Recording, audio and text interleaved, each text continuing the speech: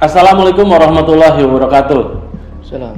Sahabat Nusantara, kembali bersama Majelis Seni dan Tradisi Mesti Cirebon akan membahas tentang toponimi dari beberapa wilayah di kota Cirebon. Saat ini saya Agus Gemblung masih bersama dengan Mas Farihin dan Kang Dedise akan membahas tentang wilayah yang diberi nama Kali Tanjung. Mas Farihin, Ya. Kali Tanjung itu berawal dari mana, Kang? Jadi Kali Tanjung itu merupakan nama sebuah tempat. Di situ ada sungai. Ya. Sungai itu bahasa Cirebonnya adalah kali. Kali ya. Karena di situ banyak pohon tanjung, sehingga nama itu disebut dengan Kali Tanjung. Maka sebagaimana yang di awal-awal saya sampaikan bahwa setiap nama tempat selalu berhubungan dengan nama pohon, nama tokoh, atau nama peristiwa, atau nama sebuah aktivitas pekerjaan di wilayah itu, ataupun berasal dari nama di bentang alam di wilayah itu tersebut. Ya. Misalnya ada kali, danau, dan yang lain-lain lah. Betul. Nah, Kali Tanjung itu penggabungan dari dua kata, kali dan tanjung. Kali itu sungai, tanjung itu pohon. Maka karena di dekat sungai itu banyak ditumbuhi pohon-pohon tanjung, maka dinamakanlah wilayah itu sebagai wilayah Kali Tanjung. Ya. Dan Kali Tanjung ini dekat sekali dengan wilayah yang disebut dengan Sungai Krian, atau yang dulu ada Loa Gangga atau Sungai Gangga itu. Kalau Krian kan baru sekarang-sekarang gitu ya. Nah, itu dialiri oleh Sungai Gangga. Gitu. Di situ ada beberapa petilasan. Di antaranya adalah Sunan Panggung, murid dari Syekh Lama Abang. Lagi-lagi kita membicarakan Syekh Lama Abang gitu kan, karena nama-nama tempat yang berhubungan di Cirebon hampir tidak pernah lepas dari sosok guru agung atau Syekh Lama Abang ini, termasuk Kali Tanjung di dalamnya. Otomatis bahwa penamaan Kali Tanjung itu bukan hanya sekedar penamaan kali dengan tanjung, tapi di dalamnya ada beberapa catatan peristiwa yang lain yang memang melatar belakangi penamaan itu. Nah, sehingga kita sekarang hanya taunya Kali Tanjung, tapi nggak pernah mempertanyakan dari mana asal usul kata Kali Tanjung itu berasal, sehingga nama itu menjadi sebuah nama tempat yang sekarang kita nikmati dan sekarang kita sering sebut namanya. Nah, maka dalam edisi pembahasan Kali Tanjung ini sekaligus kita memberikan informasi, khasanah pengetahuan dan keilmuan tentang nama-nama tempat yang ada di setiap wilayah, khususnya di kota Cirebon. Nah, Kali Tanjung ini sangat menarik. Mungkin nanti Kang saya bisa memperdalam hubungan Kali Tanjung dengan sejarah-sejarah yang lain, termasuk sosok Sunan Panggung dan Syekh Lama Abang. Mungkin begitu. Ya.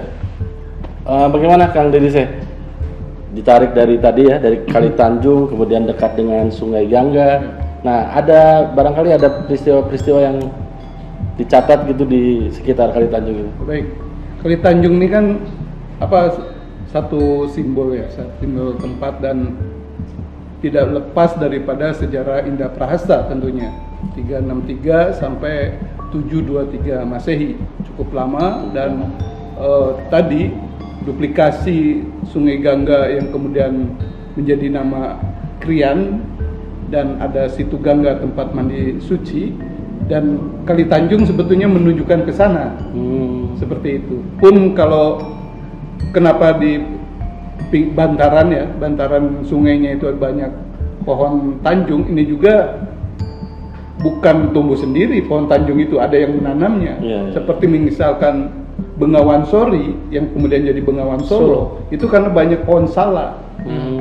Pohon Solo atau Sala, seperti itu. Waktu Kartasura dipindah jadi Surakarta, kemudian kita mengenai sekarang kota Solo kan, dan Bengawannya menjadi Bengawan Solo, nama Sorinya malah hilang. Nah, Kali Tanjung pun sama. Sebetulnya Islam hadir di bumi Caruban bukan saja mengajarkan ajaran baru, tapi melestarikan ajaran lama. Ingat, Rasulullah itu hadir menyempurnakan akhlak yang baik yang sebelumnya, itu yang dilestarikan. Nah, itulah yang terjadi di Caruban. Jadi wilayah-wilayah Situ Gangga yang tempat mandi sucinya di era sebelum Islam itu diabadikan.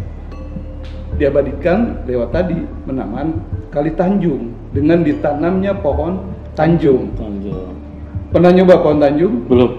Bunganya nggak tahu juga. Itu beda sendiri. Oh, gitu. Itu bunga itu jarang. Jarang. Rumah saya kebetulan di Bandung itu pinggir jalannya itu pohon Tanjung. Saya sering naik ke atasnya makan buahnya, warna merah agak kesat tapi manis, dan bunganya itu sering dipakai untayan kalung. Untayan kalung sebagai tanda penghormatan, bukan bunga melati. Nah, jadi Kali Tanjung ini sangat erat hubungannya dengan Situ Gangga, tempat mandi suci itu sebetulnya pengabadian itu. Oke. Nah, tadi sempat disinggung juga tentang Sunan Panggung. Sunan Panggung. Siapa itu Sunan Panggung? Nah, beliau ini yang jelas adalah murid dari Selemah Abang. Selemah Abang yang asli ya, bukan Anggaraksa, bukan, tapi Selemah Abang yang asli.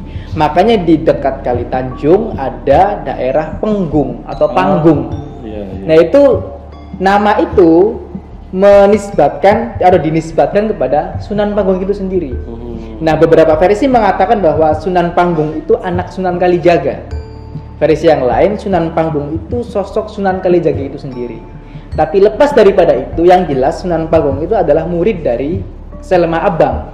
Nah, di beberapa catatan pedalangan Cirebon ada silsilah dalang-dalang Cirebon yang itu ada nama-namanya, salah satunya adalah Sunan Panggung. Dan Sunan Panggung itu alias Sunan Kalijaga gitu, meskipun versi yang lain berbeda begitu. Berbeda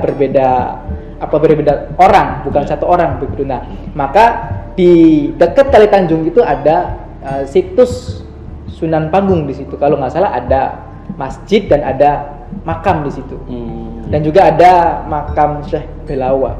Syekh Belawa juga murid dari Selemah Abang atau Sesi Dejenar yang asli, bukan yang palsu. Dan yang paling menarik lagi adalah kenapa sih orang-orang tua kita dulu menamakan satu wilayah itu dari nama pohon begitu. Dari nama pohon. Sementara kata sejarah sendiri itu berasal dari kata syajaroh. Syajaroh itu artinya pohon.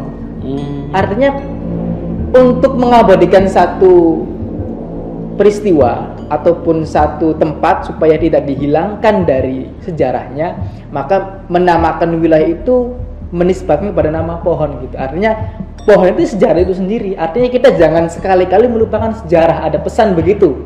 Interpretasi saya begitu ya. Jadi kenapa orang-orang tua dulu menamakan itu dari kata nama pohon wilayah ya gitu kan. Artinya kamu jangan pernah melupakan sejarah, karena pohon itu adalah sejarah.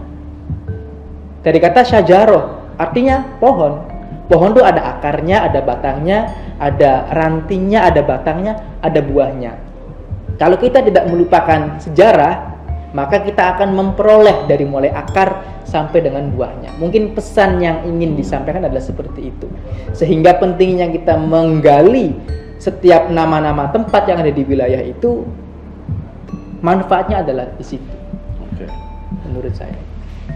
Baik, sahabat Nusantara, itulah ulasan tentang sejarah wilayah dari Kali Tanjung. Jangan lupa subscribe dan tekan tombol lonceng, juga komen di channel Mesti Cirebon. Sampai jumpa lagi. Wassalamualaikum warahmatullahi wabarakatuh.